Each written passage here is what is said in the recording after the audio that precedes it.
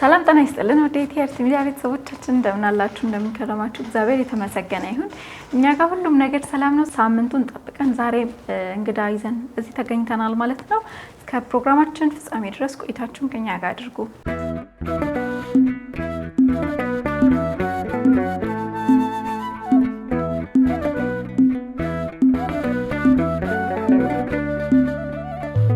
ዛሬም አንድ እህታችን የራሷን የህይወት ታሪክ ልታጋራ ልታስተምረን እዚህ ስቱዲዮ ድረስ ተገኝታለች ቆይታችሁን ከኛ ጋር አድርጉ እንኳን ደህና መጣሽ ልጅ እንኳን ደህና ቆያችሁ እንዴት ነሽ እግዚአብሔር ይመስገን ሁሉ ሰላም ጾም እንዴት ነው ቆንጆ አሪፍ ነው አሁን ወቅቱ የአብይ ጾም ውስጥ ነው ያለነው እንዴት ነው ከትምህርት ጋር እየሄደልሻለሁ ቆንጆ ነው ምንም አይልም እግዚአብሔር ይመስገን አሪፍ ነው እሺ በመጀመሪያ ጥሬና አክብረሽ እሺ ብለሽኝ ስለመጣሽ በጣም አመሰግናለሁ እግዚአብሔር ያክብርልኝ እኔም አመሰግናለሁ ስለጋበዛችሁኝ ወደ ታሪካችን ከመግባታችን በፊት እስቲ እንተዋወቅሽ ሊሊ ማናት ምንድነው የተማረችው የት ነው የምትኖረው የት ነው ያደገችው የሚለውን እሺ ያደኩት ቂርቆስ አካባቢ ነበር ቂርቆስ ሰፈር እና ምድገቴ ላይም እዛ ያለው 3 አመት ሰንበት ተምሬ ነበር ወደ ግቢ ከመግባቴ በፊት ከ10 ጀምሮ ምናምን ሰንበት ማር ነበር ከዛም በቃ ከዛ በኋላም ወደ ግቢ ሄድኩኝ ግቢ ወልቂጤ ዩኒቨርሲቲ ደረሰኝ ሞር ለውጦች ምናምን የመጡት ከዛ በኋላ ነበር እዛ ከገባው በኋላ ብዙ መንገዶችን ሳትኩ ምናምን ከዛም መመለሻውም እየከበደኝ መጣ ከዛ ዘባለሁበት ነበር አዲስ አበባ ቂርቆስ ቤተክርስቲያን ሰንበት ተማሪ ነበር ወደ ነጥብናቶልሽ ወደ ዩኒቨርሲቲ እስክትገቢ ድረስ ማለት ነው እስኪ የዩኒቨርሲቲ ህይወትሽን አጫውቺኝ ከዛ በፊት ግን የሰንበት ትምህርት ቤት ህይወትሽ እንዴት ነበር የልጅነት ህይወትሽ የሰንበት ትምህርት ቤት ህይወትሽ እንዴት ነበር የሰንበት ትምህርት ቤት ህይወቴ በጣም ደስ የሚል ነበር ሙሉ ታይሜን እዛ ሰጥቼ ነበር የማገለግለው ኦልሞስት ቅዳሜና እሁድ ሰንበት አለ ከዛ ውጪ ደግሞ ሰኞ የጸሎት ፕሮግራም ነው የመዝሙር ጥናትም እንትን ስለነበር ሐሙስና ማክሰኞም እዛ ነኝ ሙሉ ጊዜ እዛ ነበር ማለት ይቻላልና በጣም ኮሚትድ ሆኜ ምናምን ነበር እዛ ማገለግለው ከዛ በቃ እንደዛ ነበር እዛኝ ነበር አሁን ወደ ወልቂጤ ዩኒቨርሲቲ ስትገቢ ያው ብዙ ጊዜ ሰንበት ተማሪዎች ስንሆን ወደ ሆነ ነገር ውስጥ ለመግባት ትንሽም ቢሆን እናንገራግራለንና ወልቂጤ ዩኒቨርሲቲ ከሄድሽ በኋላ መንፈሳዊ ህይወትሽ አሁን ወዳለሽበት ወይ በፊት ወደ ነበርሽበት ህይወት ሳትገቢበት በፊት ስትገቢ የነበረው ነገር መንፈሳዊ ህይወትሽ ላይ እንዴት ነበር ሲሄድ ከዛ መጀመሪያ የመሄዴ ስለታወቀም ከዛ ከሰንበት ትምህርት ቤቱ ወደ ርቀት ተቀይሮ መጽሐፍ ተሰጥቶኝ የርቀት ትምህርት ሆኖ ማለት ነው ፈተና ተሰጥቶኝ ምናምን ነበር የሄድኩት እንደ ሽኝት ማለት ነው እንደ ሽኝትም ማለት ነውና የሽኝትም መጽሐፍ አለ እንደገና ደግሞ የትምህርት መጽሐፍ ሆኖ እሱ መጽሐፍ አንብቤው ፈተና የሚሰራ መጽሐፍ ማለት ነው በርቀት ሆኖ ትምህርቱ እና እንደዛው ነው ነበር የሄድኩት ግን ከዛ በኋላ እዛ ሲሄድ በቃ ድጋሚ መጽሐፉም ስቲል አለ አልተመለስኩም ከዛ በኋላ መጀመሪያ በመሄድ ሰዓት የሚሰማሽም ነገር አለ እንውጣ ምንም ሲባል አክሴፕት አታደርጊው እና እንደዚህ አይነት ጓደኞች ነበሩ በሰዓቱ የነበሩት እዛና ውጪ ላይ ክለብ ምናምን ሄዱ ማለት ነው አዎ እና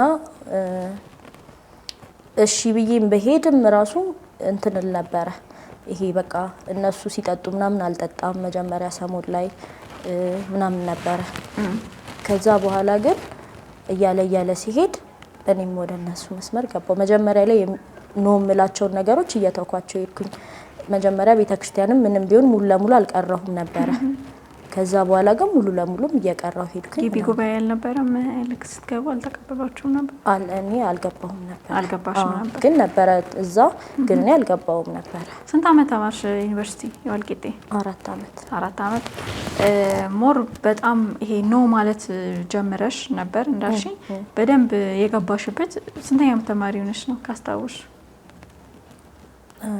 አሁን 3 አመት ስማር እሄዳለሁ ምናምን ግን የዚህን ያክል እንትን አይደለም በቃ ከስንት አንዴ እሄዳለሁ ምናምን ነው እንጂ ሞር እዛ ውስጥ አልገባውበትም አልዘግፈኩበትም ነበር ግን ከዛ በኋላ ባሉት ታይሞች ግን 4ኛ አመት ላይ ምናምን ስገባ ዲቴል በስርዓት በሁሉም ነገር እንትን ማለት ጀምሬ ነበር 4ኛ አመት ላይ ብዙ ጊዜ ተመራቂ ተማሪዎች ሲሆን እንዳጋጣሚ ነው 4 አመት ላይ ተማርኩትና ተመራቂ ተማሪ ሲሆን ዲነር አለ ሌዲስ ደይ ይሄ ሴቶች ምሽት ምናምን የሚባሉ ነገሮች አሉ እና ብዙ ነገሮች አሉ። አይኖ እረዳለሁኝ። ምን ምን ነበር የነበረብሽ? ምንድን ነው ያደረግሽው? ያው በቃ እንወጣለን፣ ክለብ ማምሸት ነው፣ ከዛ ውጪ መጠጣት ነው ምናምን፣ እንደዚህ አይነት ህይወት ነበር የነበረው። ግን እንደው ሊሊ ያደገችው ሰንበት ትምህርት ቤት ውስጥ ነው፣ ለዛውም ቂርቆስ አይደለ? በጣም ትልቅ ሰንበት ትምህርት ቤት ነው፣ ትልቅ ቤተክርስቲያን ነውና ምን ይሰማሽ ነበር ስታደርጊ? መጀመሪያ ሰሞን ላይ ያስከፋኝ ነበር በጣም መጀመሪያ ላይ ሳደርጋቸው። አሁን አንድ ጓደኛዬም እዛ ግቢ ነበረችና እንዲሁ ታቅ ስለነበረ ለምን ግን ምናምን ብላ የማረገውን ነገር አውቀዋለሁ። ግን ይሄ አንዳንዴ ዝም ብለሽ ችላ ከማለት አንጻር የለም እንጂ የማደርገውን ነገር አውቀው ነበረ እና መጀመሪያ ሰሞን ላይ ቤተክርስቲያንም ሲሄድ ምናምን ይከፋኝ ነበረ እና እዛ ቂርቆስ እያለው ደግሞ ስንማር እንትን ነበረ የእስቂያስ ታሪክ መጽሐፍ ቅዱስ ላይ ያለው መጽሐፈ ነገሥት ላይም ኢሳያስ ላይም አለ እሱ ታሪክና አሁን ልክ እግዚአብሔር ነብዩ ኢሳያስን ልኮበት ትሞታለህ ቤትን አስተካክል ብሎ ካለው በኋላ ወደ እግዚአብሔር ዞሮ ጸለየ ይላልና በጸለየ ጊዜ በፊት መልካም ያደረኩባትን አንድ ቀን ብለህ ይቅር በለኝ ምናምን የምትል ጸሎት ነበረችና ከዛ በኋላም ወዲያው መንገድ እንኳን አልጨረሰም። መንገዱን እንኳን ተመልሶ ሳይጨርስ ነው በድጋሚ ኢሳያስን ልኮበት ጸሎትንም እንባህንም ተመልክቻለሁና በእድሜ ላይም 15 አመት ጨምሬልሃለሁ ያለው እና ያ ትምህርት ድሮ ላይ በጣም እንትን ነው ነበር ወደው ነበርና በታሪክ መልክ ይነገር ነበር። በታሪክ መልክ በጣም ይነገር ነበርና እዛም ከወጣውም በኋላም እንደዚህ ግቢም ሆኜ ቤተክርስቲያን ብዙ ጊዜ አንሄድም፣ ግን በሚሄድበት ሰዓት ራሱ የምጸልየው ጸሎት ያንን ጸሎት ነበር። ስለሽ አሁን 3 አመት ከምናምን እዛ አገልግያለሁና እዛ ባገለገልኩበት ጊዜ ሁሉ ሙሉን እግዚአብሔር በመልካም ላይ ይቀበለው ይችላልና በመልካም የተቀበለባት ደግሞ ባገለገልኩ ጊዜ እንዳቤል መስዋዕት ንጹህ አድርጎ የተቀበላት ቀን ይኖራል በጣም እና ስለዛሽ ቀን ብለህ ይቅር በለኝ ነበረ እስከሆነ ጊዜ የምጸልየው ጸሎት ሙሉ በሙሉ ሳልጠፋ በፊት ማለት ነውና ብዙ ጊዜ ያን በደንብ ሳትገቢበት በፊት ነው የምጸልየው በደንብ ሳልገባበት ማለት ደርሼ ስመጣ ልክ እንዳልሆነ ስለሚገባኝ እንደዛ ነበረ። ከዛ ከጊዜ በኋላ ግን ልክ አሁን ጥምቀትም ሲመጣ ሰንበት ተማሪዎችን ሳይደበረኝ ይመጣል ምናምን አለመዘመሪ ብቻ ሳይሆን ያለውበትንም ነገር ስለማቀው ምናምን እንደዛ እያለ ከነጭራሹም መሄድ አቆምኩ። ከዛ ከጊዜ በኋላ መሄዱን አቆምኩ ምናምን በቃ እንደዛ ሆነ። ምንም አይሰማሽም ነበር ሙሉ ለሙሉ ስታቆሚ ነው ሙሉ ለሙሉ ያ ነገር ውስጥ ስትገቢ? በቃ እስከሆነ ጊዜ ነው አልኩሽ። ከሆነ ሰዓት በኋላ ምንም መሰማትም ያቆማል። የሆነ ኃጢአትሽ እስከሆነ ጊዜ ነው እንትን እያለ እየወቀሰሽ የሚመጣው ምንም እያለ እየመጣው። ከዛ በኋላ ግን ስትላመጂ ያለሽበትን ህይወት ምንም የማይሰማኝ ደረጃ ላይ ደርሼ ነበር። ቤትም ብሬክ ሆኖ ስመጣ ቤተክርስቲያን አልሄድም ሲሄዱ ሁሉ ምናምንና ሰፈርም ቀይረን ነበር። ይበልጥ አሪፍ ያደረገው እሱ ይመስል እንትን ያደረገው ደግሞ እሱ ይመስለኛል። እና ሰፈር ወደ ገርጂ ገብተን ስለነበር እዛም ለምን ሰንበት አትመጪ ምናምን ተብሎ ለሚመጣብኝ ጥያቄ የምመልሰው በቃ ራቀኝ ምናምን የሚል ሰበብ ሰጣቸዋለሁ። በፊት ላይ አሁን ቲክቶክ ላይ ምናምን በዘፈን ምንም ስሰራ ለመልቀቅ አልደፍርም ነበር እዛ ያሉት ሲያዩ ምን ይላሉ ምናምን እያልኩኝ። ከሆነ ሰዓት በኋላ ግን እሱንም ታውኩት። በቃ ቢያዩም ምንም ዝም የምልበት ስቴጅ ላይ ምንም አይሉም የሚልበት ነገር ላይ እነሱም ሲያናግሩኝ በብዛት አልመልስላቸው ምናምን እያሉ እነሱም ተውት እኔም መንገዱን ስለ የሆነ ነገርን ስትለማመጂው ኖርማል ነው የሚሆንብሽ አይደለም? አንቺም አይ ቲንክ እንደዛ ነው መሰለኝ ከጊዜ በኋላ የሆነ ደስታ ይሰጥሽ ነበር በሰዓቱ? ከዛ በኋላ ውስጥ በደንብ ይሄ ውስጥ ላይ ከገባሽበትና ከተለማመድሽ በኋላ ውስጥሽ ስሜቱ እንዴት ነበር? በቃ ምንም አይሰማኝም። ምን እንጃ በቃ ይሄ ያለ ሁሉም ሰው የሚያደርገው ነገር ነው ብዬ ነው የማስበው። ኖርማል ነው የሚባል በነገራችን ላይ ግቢ ላይ ደግሞ ምን የሚባል ነገር አለ። ሁሉንም አይተሽ ማየት ይሄ ውስጥ አትግቢበት እንጂ ማየት ችግር የለውም ማየት ጥሩ ነው የሚባሉ ነገሮች በጣም ይስተዋላሉ። አይ ቲንክ እንደዛም ይመስለኛል። ሳታይ ምናምን እዛ ጋርም ሁሉም ሰው ኖርማል ስለሚያደርገው በቃ እያየሁት አሁን ማንም ምንም የሚናገርሽ ነገር የለም። እንደዚህ አይነት ቦታ ላይ ስትሆኚ ለምን እንደዚህ ያደረግሽ የሚልሽ ሰው የለም። ባክግራውንዴንም የሚያውቀው ሰው የለም እዛ ምናምን። ስለዚህ ከምን አይነት ሁኔታ ከምን አይነት አስተዳደግ ከምን አይነት የሰንበት ትምህርት ቤት ህይወት መምጣቴን የሚያቅሰው ስለሌለ ለኔ ጭፈራ ቤት መገኘት ነው የሚያስብለኝ ነገር አልነበረ። መጨፈሪ መጠጣቴ ምናምን ነው የሚለኝ ሰው የለም። እኔም ደግሞ ራሴን መክታት አቅቶኝ ነበረ። በቃ እንደዛ ሊሊ ግን የዚህ ሁሉ እዚህ ነገር ውስጥ ሁሉ የመግባት መንስኤ በዙሪያ የነበሩ ጓደኞቼ ናቸው ብለሽ ታስቢያለሽ? በሰዓቱ እነሱን ተጠያቂ አላደርግም፣ የራሴ ስንፍናም ጭምር ነው። በጎብዝ ኖሮ እዛ ጋር በጣም እንኳን ከነበርኩበት ጓደኞቼ የሚደውሉልኛል፣ አትቅሪ ምናምን፣ አስተማሪም ትዝ ይለኛል ይደውሉልኛል ምናምን ነገር ከሰንበት እና መጠንከር ማለት ራሴን ባጠነክሮ ኖሮ እዛ ጋር የተወኝ ሰው አልነበረም። ስለዚህ እዚህ ጋር ያለውን ህይወት የመረጥኩት ራሴ ነኝ እንጂ ማንም እዛ ጋር ተጠያቂ አድርጌው የማወቅሰው ነገር የለም። ግን እዚህ ጋር ያለው ነገር እየተላመደ ሲሄድ እኔን ስለተዋደኝ የመረጥኩት ራሴ ነው። ኖርማል ነው የሆነብሽ? ኖርማል እየሆነብኝ በሄደ ቁጥር የመረጥኩት ራሴ ነው። እሺ ከዛስ? 4ኛ ዓመት ተማሪ ነሽ፣ በእንደዚህ አይነት ሱስ ውስጥ ነው ያለሽው። እዚህ ብሬክ ስትመጪስ ከዛስ መመረቅ አለ። እስቲ ከዛ በኋላ ያለውን ይሄ የህይወትሽን ሂደት ንገሪ። 4ኛ ዓመት ላይ ስደርስ በቃ ሞር ጂሲነን ምናምን የሚባል ነገር አለ። በሲሪየስ ሙሉ እስከ 3ኛ ዓመት ደህና ነበርኩ እንደነገርኩሽ ነው። በወጣም የዚህን ያክል አይን ውስጥ አልገባም ምናምን ነበረ።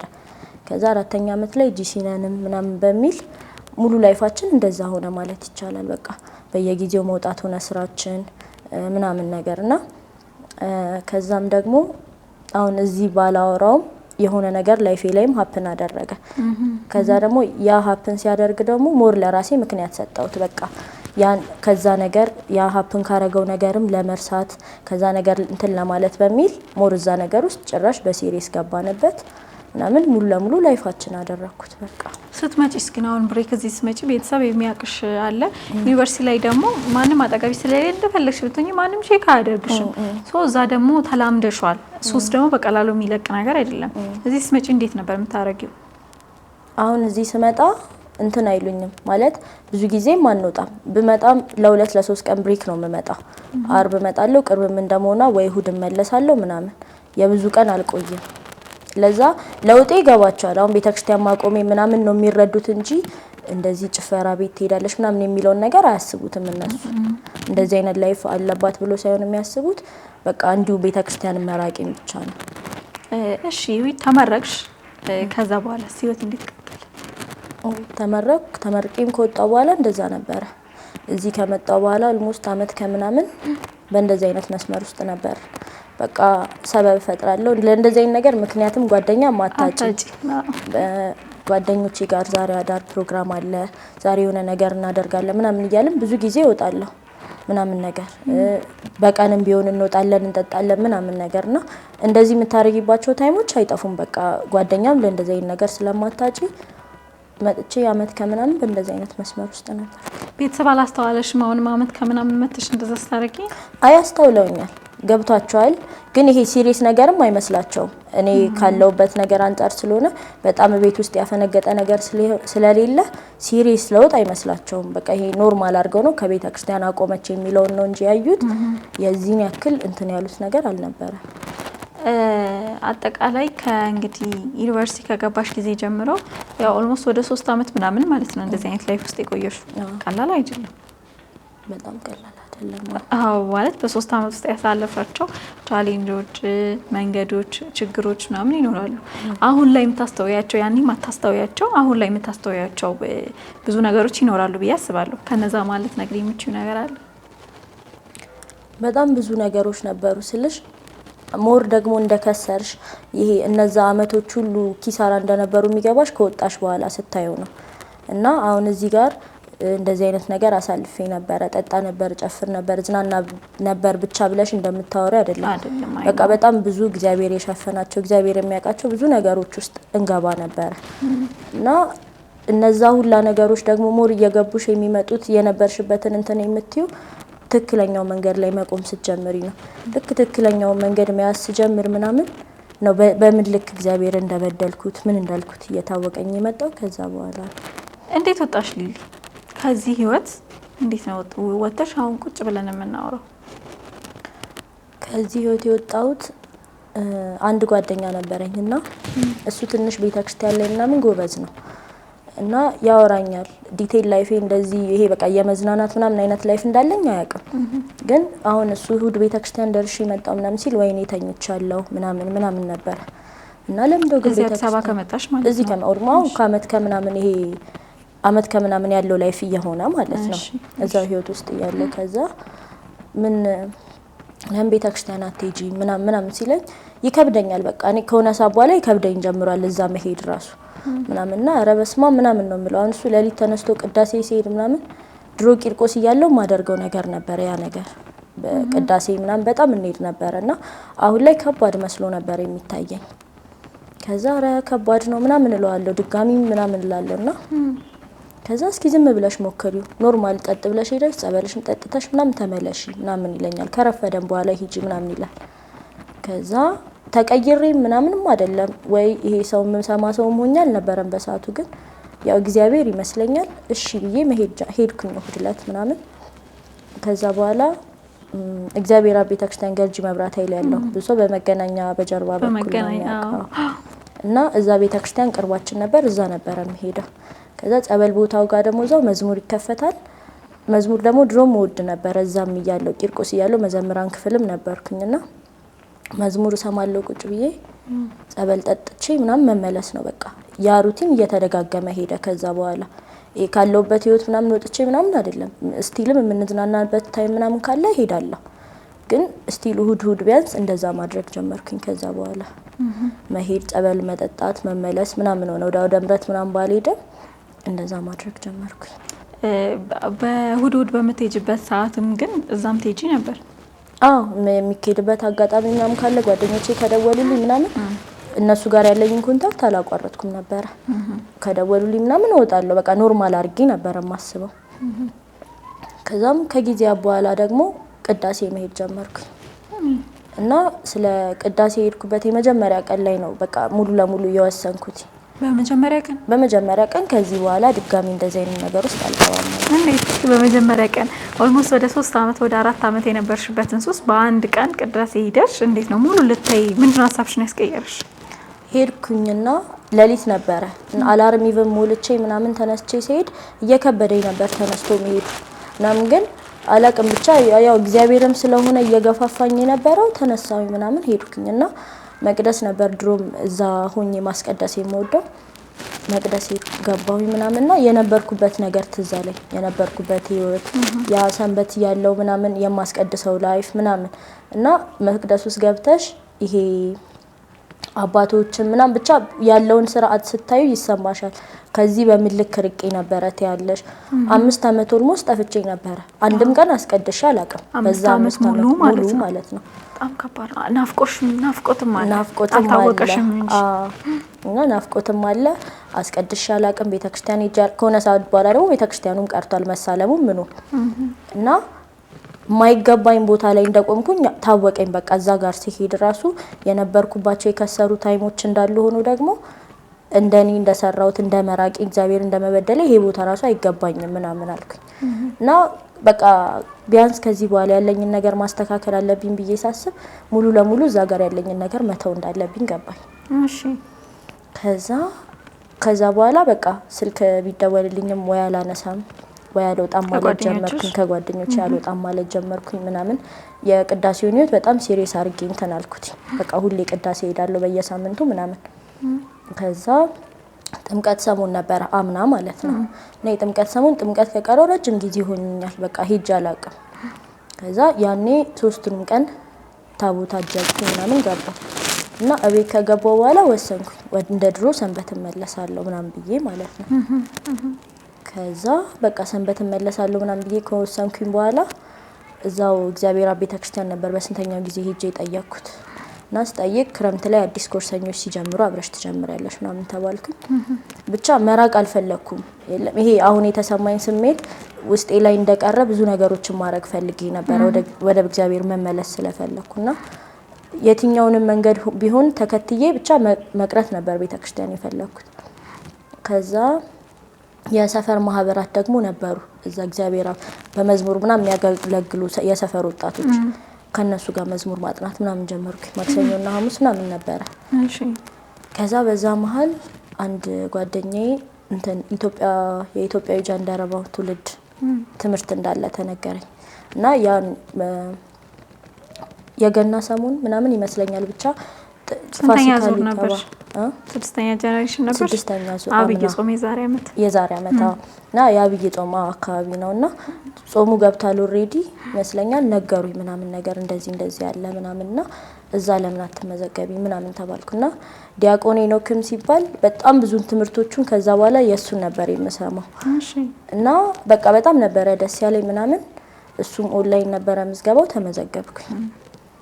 ከዛ በኋላ በቃ ደግሞ እሱን ትምህርት ስጨምርበት ሞር በጣም ራሴን እንትን አደረገኝ። ከዛ በኋላ ምንም አሁን 1 ወር ትምህርት ነበረ የ1 ወር ትምህርትና ሙሉን ነበር የሄድኩት ምንም ቀን ሳልቀር እና እንደዛ በመሄድበት ሰዓት አሁን ሙሉ 1 ወር በመማርበት ሰዓት ምናምን ስራ ጀምሬ ነበር ያኔ እና 11 ሰዓት ከስራ ወጥቼ 12 ሰዓት መገናኛ ነበር የምሰራውና ቦሌ ለመድኃኒዓለም ለመድረስ ነበር ሩጫውና በቦርሳዬ ነጠላዬንም ልብሴንም ምናምን ይዤ ነበር የሚሄደው እና ያንን ሳረግ ደስ የሚለኝ የራኩበትን መንገድ ስለማቀው ዝናብም መጥቶ አልቀርም ስራም ቢረፍድብኝ አልቀርም ምናምንና ለእግዚአብሔር ለታየው አልኩለት ሳይሆን ቢያንስ ያደረኳቸው ያጠፋዋቸው ጥፋቶች አሉ እና ይሄ እንዴት ነው አሁን ደግሞ እንዲህ ማድረጌ ስለሚያስደስተኝ ምኑንም ቀን አልቀርም ነበር ሙሉን ጊዜ ሄድ ነበር ምናምን ነገርና ከዛ በኋላ ደግሞ እዛ የተማርኳቸው ትምህርቶች ደግሞ በደንብ አነጹኝ።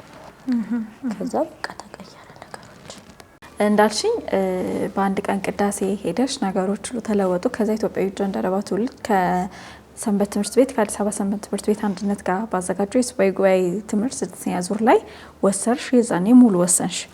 ግን ምን መሰለሽ እኔ ብዙ ጊዜ እንዳንቺ አይነት ወጣቶች ነው ማቀርበውና ምን ይሉኛል ሙሉ ለሙሉ ከተለወጡ በኋላ የድሮ ነገር ይረብሻቸዋል። የድሮ ጓደኞቻቸው መጣው ይሄ ወደዛ ተመለስ አይነት ስሜት አንዳንዴ ይረብሸናል ብለው ይነግሩኝ ነበር። እንጂ ጋር ነገር አልነበረም ነበረ ስልሽ አሁን ይደውሉልሻል ያዋሩሻል ምናምን ነገርና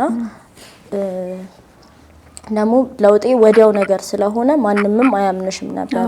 ይሄ ዘላቂ ነገር አይመስላችሁም። እኔ ራሴ ገርቦኛል ያን ሁሉ አመት በአንድ ቀን ቅዳሴ ተላመደ ስቲ እሺ ብዙ ያሳምነውም ነበር ምናምንና ከዛ በኋላ ነው እኔ ግን ይሄ እንዴት ነው ሲደውሉ ማላነሳላቸው ሲሆን ወይ ደግሞ አይመቸኝም በቃ ዛሬ ምናምን ማለት ሳበዛ ምናምን ነገር እያሉ እነሱም እየተውሽ ይመጣሉ። ወይ ደግሞ ልዩነታችንን ደግሞ አንዳንድ ጊዜ እንዲሁም ደግሞ በሄድም አሁን እነሱ ጋር ምናምን የነበረው ነገር ጋር ቢሄድ ምንም አዲስ ነገር በሌለው መልኩ በቃ እኔ በዚህኛው ማንነቴ ሆኜ እሄዳለሁ ወይ አንዳንድ ጊዜ ምናምን ግን ዲቴይል ያለ ነገር ከዛ በኋላ በኃይል እንትን ያለ ነገር የለም። ብቸኝነት ሲሰማሽ ነበር? ያው ጓደኞች ዓለማዊ ህይወት ውስጥ የነበሩ ስለሆኑ ወደዚህ ስትመለሽ ትንሽ ሊከብድ ይችላል። ምን ነበር የሚሰማሽ? ይሰማኛል። የሆነ ሰዓት ላይ ደግሞ ሙሉ ሰርክልሽ ባዶ ይሆናል ምናምን የለመድሻቸው ነገሮች ይቀራሉ ምናምን ነገርና ከቤት መውጣት ምናምን የምታቆሚባቸው ታይሞች አሉ። በዛ ሰዓት ግን እኔም እሱን እፈልገው ነበር በቃ እንደዛ መሆኑን ልክ ከራሴ ጋር ሲሆን ወይ ምሰማው ስብከት ይኖራል ወይ የማነበው መጽሐፍ ይኖራል። ከዛም ደግሞ ሰፈር ቀየርና ድጋሚ ወደ ሰሚት ስንገባ ሞር ሰፈሪ መራቁ አሪፍ ሆነ። በቃ ወዴትም ልሄድ አልችልም ከዛ ሰፈር ምናምን ብዙ ጊዜ ከዛ ዛም ሰንበት ገባ። እዛ ደግሞ ሰንበት ስገባ በቃ ይሄ ቅዳሜና እሁድ ምናምን የሚባለው ታይም እዛ ስለማሳልፈው የዚህን ያክል ብዙ እንትን ያለኝ ነገር አልነበረም። ከዛ በኋላ ህይወት እንዴት ነው ከ5 አመቱና አሁን ከ1 አመቱ? በጣም ቆንጆ ነው። ምን ይሰማሻል? ወደ ኋላ ሄደሽ የነበርሽባቸውን ጊዜዎች 5 አመታትን ስታሳልፊ ያው ልጅ ነሽ በልጅነት እድሜሽ ነውና ምን ይሰማሻል? ማለፉ ጥሩ ነው ማለት አይቸው ባላልፍበት ኖሮ ነገ ከነጎዲያ በማልወጣበትም ነገር ልጋባ ይችል ይሆናል። ግን ደግሞ ብዙ ጊዜ እለወለው እንዲ ከጓደኞቼ ጋር ምናምን ስናወራ ይሄ ህይወቴ ላይ ባላስበው ድጋሚ የለም እግዚአብሔር ቢሰርዘው ብዬ የምላቸው አመታቶች ናቸው እነዛ አመታት። በጣም በቃ የሚያስጠሉ አመታት ነበሩ። ያው እግዚአብሔር ነገሮችን በህይወታችን የሚያመጣው ፈተናም ሆነ ምንም በህይወታችን የሚያመጣው ሊያስተምረን ሲፈልግ ነው። አሁን አንቺ በተማር ባዛ ባሳለፍሻቸው 5 አመታት ብዙ ነገር ተምረሻል። ድጋሚ ያሳለፍሽው ነገር እንደማታሳልፊው አንቺም ታምኛለሽ ከእግዚአብሔር ጋር አይደለ? ያው ትምህርት የተማርሽበት ነው። ካንቺም አልፎ ተርፎ ደግሞ እዚህ መተሽ መመስከር በራሱ የእግዚአብሔርን ስራ ያንቺን ህይወት መመስከር በጣም ትልቅ ነገር ነውና ብዙ ጊዜ እኔ እዚህ ጋር ማቀርባቸው ልጆች በጣም ይደወልልን ነበር። እኛ እነሱን አይተን ነው መውጣት እንፈልጋለን ምናምን የሚሉ አንዳንዶች የራሳቸው ችግር ከነሱ በላይ ችግር ያለ የማይመስላቸው ወይ ደግሞ መውጫ መንገዱ የጠፋባቸው በጣም ብዙ ወጣቶች አሉ። በነገራችን ላይ ሰው እንዲመራቸው የሚፈልጉ አሁን ያንቺን ታሪክ ሲሰሙ ኦኬ ለካ እንደዚህም ነው መወጣት ይቻላል፣ መውጣት ይቻላል፣ ወደ መንፈሳዊ ሕይወት መመለስ ይቻላል የሚለውን ነገር ያስቡታል ማለት ነውና በጣም ደስ የሚል የህይወት ታሪክሽ ነው። በጣም ያጫወትሽ በትንሽ ደቂቃም ቢሆን። አሁን ሰንበት ተማሪ ነሽ፣ የት ነው የምታገለግለው? ሰሚት በሻሌ ማርያም። አገልግሎት እንዴት ነው? ከረጅም ጊዜ በኋላ አገልግሎት እንዴት ነው? ደስ ይላል በጣም። የመጀመሪያ አገልግሎት የነበረው እዛ ከገባው በኋላ እንትን ነበር፣ የመስቀል አገልግሎት ነበር። የአሁኑ አመት መስቀል ማለት ነውና በቃ ልብሰ ስባቱን ራሱ ለመጀመሪያ ጊዜ ስለብስ መመለሴ ያስገርመኝ ነበር። እስከዛኛው ሰዓት ድረስ አይመስልሽም ነበር? ያኔ የነበርሽበትን ነገር አልፌ ዛሬ መምጣት አንዳንዴ የሆነ ድራማ የሚሆኑብን የህይወታችን ክፍሎች አሉ። በጣም እኔ አሁን ያስገርመኝ ነበረ እና ብዙ ሰው ደግሞ የነበረበት ህይወት ሰልችቶት በቃኝ ብሎ ምናምን በቃ ይሄ ጸልዮ ለምኑ ነበረ ብዙ ሰው የሚመለሰው በዚህ ህይወት ውስጥ ያሉ ሰውና የዛን ያክልም አልጸለይኩም፣ አልሰለቸኝም ነበርም የነበርኩበት ህይወት እና ሳላስበው ስለተቀየርኩኝ ሁሌ ያስገርመኝ ነበር። ስፔሻሊ አሁን እንደዚህ ሰንበት ተማሪ ሆኜ ራሴን እንደዚህ እያገለገልኩ ሳገኘው ምናምን ሁሌ የሚያስገርመኝ ነገር ነው። የእግዚአብሔርን ስራ ነው ራሴ ባንቺ ላይ ያየሁት። በአንድ ጓደኛሽ ላይ አድሮ እንዳልሽ ነው። በጣም በትንሽ ጊዜ ነው ኖርማል ነው ለለማመድ ብለሽ ነው የሱ ቅዳሴ ነው በዛ ወስኖ መምጣት ቀላል ነገር አይደለም። እግዚአብሔር ይመስገን። እግዚአብሔር በጊዜ እንድትመለሽ ስለፈለገም ነው። ይሄን ቆንጆ ታሪክሽን መተሽ ስላካፈልሽኝ በጣም ደስ ብሎኛል። ግን እንደው በመጨረሻ በአንቺ እድሜ ላሉ በተለይ ይሄ ቲኔጀር የሚባል እድሜ ላይ ያሉ ልጆች ስፔሻሊ አሁን ላይ ያሉ ልጆች በጣም ትንሽ ከባድ ጊዜ ሆኗል። በተለይም ደግሞ ቤት ውስጥ ማይለቀቁ ይሄ ቁጥጥር የሚበዛባቸው ልጆች ምናምን ሲሆኑ ወጣ ሲሉ ዩኒቨርሲቲ ለምሳሌ ዩኒቨርሲቲ ሲገቡ ምናምን ነፃነቱ ስላለ የመበላሸቱ አቅም ያን ያህል ነውና አንቺ እንደው ከራስሽም ህይወት አልፈሽ ከራስሽም ህይወት በማስመልከት ከራስሽም ህይወት በመነሳት የምታስተላልፊው መልእክት ካለ? ያው እኔም መመክር ሰው አይደለሁም ገና አሁን ላይም መንገድ ላይ ያለው ሰው ነኝ። ግን እስከዛሬ ካሳለፍኩትም ወይ ከገባኝ ነገር ልላቸው የምችለው ቢሆን የትኛውም ነገር ያልፋል ማለት አሁን ላይ የምናስበው የሚያስደስተን የትኛውም ነገር ያልፋል በሰዓቱ። አሁን እኔ መጨፈሩ ምን ማለቱ መዝናናቱ ህይወት መስሎኝ ነበር። አልፌ ግን አሁን ላይ ቆሜ ሳየው በጣም የሚቆጨኝ ህይወት ነው። ስለዚህ የሆነ ሆነው ደግሞ አልፎ ከምትቆጪበት ደግሞ ሳይሆን ራስሽን ብዙ ጊዜ ቴኬር ማድረግ ብትቺ ምናምን እና ደግሞ ብዙ ጊዜ ወጣቶች ላይ ያለው ነገር መንፈሳዊነት ወይም ይሄ በቃ ወደ እግዚአብሔር መጠጋት ትልቅ ስትሆኝ የሚደረስበት ነገር ነው የሚመስላቸው። በቃ ይሄ እድሜያችን አይደለም የሚባል ነገር አለ። አሁን የምንሰራበት የምንለብስበት የምንዝናናበት ታይም ነው ተብሎ የሚታሰብበት ነገር አለና መጽሐፉም ቢሆን በጉብዝና ወራት ፈጣሪን አስብ ነው የሚለው። ስለዚህ አሁን ላይ የትኛውም በቃ ለስራም ብዙ ሰው አሁን ለቤተ ክርስቲያን ወይም ለመንፈሳዊነት ጊዜ የሌለው በስራ ራሱን ስለጠመደ ነው ወይ በፋሚሊ ራሱን ስለጠመደ ነው ምናምን። ግን እንደምንሞት ካሰብን ነገ ስንሞት ደግሞ የምንጠየቃቸው ለፍርድ እንደምንቆም ከስራችን ጋር እንደምንቆም ካሰብን እዚህ ጋር የለፋሽለት የትኛውንም ስራ ይዘሽው አትሄጂ። ብዙ የታገልሽለትንም የትኛውንም ነገር ይዘሽ አትሄጂ። ስለዚህ እዚህ ከምታስተካክዩ ነገር በላይ እዛ ያለው መስተካከል ያለበት ህይወት አለ። ለዛኛው የሚያበቃ የምንጓጓለት መንግስተ ሰማያት ለዛ የሚያበቃ ህይወት ማስተካከል መቻል አለብን። ስለዚህ መንፈሳዊነት በወጣትነት ጊዜያችንም የምንኖረው ነው፣ እየኖርን ደግሞ የምናሳድገው ነገር ነው። እድሜ የሚገድበው ነገር አይደለም።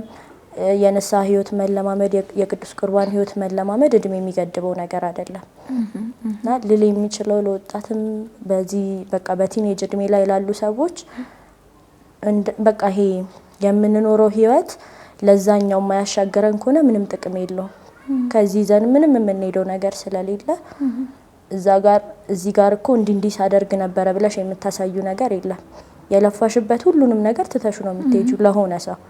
ስለዚህ ቢያንስ እዛ ሄደሽ ደግሞ የሚቀጥለውን ህይወት እንዳለን የምናምን ከሆነ ለዛ ህይወት ነው ራሳችንን ማዘጋጀት ያለብን። እግዚአብሔር አምላክ ፍጻሜሽን ያሳምርልን። በጣም ደስ የሚል መልእክትን ያስተላለሽው። ያንቺን ህይወት የቀየረ መድኃኔዓለም የኛንም ህይወት ይቀይርልን። ሊሊዬ በጣም ነው የማመሰግነው። እግዚአብሔር ያክብርልኝ። በእኔም በቲአርሲ ሚዲያም ስም ይህን ቆንጆ የሆነ የህይወት ታሪክሽን መተሽ ስላካፈልሽን መማሪያ ስለሆንሽ በጣም እናመሰግናለን። በጣም አመሰግናለሁ። አገልግሎትሽንም ደግሞ እስከ መጨረሻው ድረስ አጽንተው በሌላ ፕሮግራም እንድንገናኝ ያድርገን። አሜን። አመሰግናለሁ። ተመልካቾቻችን ከሊሊ ጋር ያደረግነው ቆይታ እንግዲህ በጣም ደስ የሚል ነው። ብዙ ነገር እንደተማራችሁበት ተስፋ አድርጋለሁ። ምክንያቱም እኔ ብዙ ነገር ተምሬበታለሁ። እግዚአብሔርን ቸርነት ሁሌም እግዚአብሔር ወደሱ እንድንመጣ ይፈልጋልና ምክንያት ይሰጠናል። ወደ ቤቱ እንድንቀርብ ካለንበት የጨለማ ህይወት የዓለማዊ ህይወት እንድንመለስ የራሱን የሆነ መንገድ ያዘጋጅልናል። ሊሊ እንዳለችን ሁሉም ነገር ያልፋል እና ትዕግስት ያስፈልጋል ነው። የዛሬው ቆይታችን ይሄንን ይመስል ነበር። በቀጣይ በሌላ እንግዳ እስከምንገናኝ ድረስ ቸር ቆዩልን።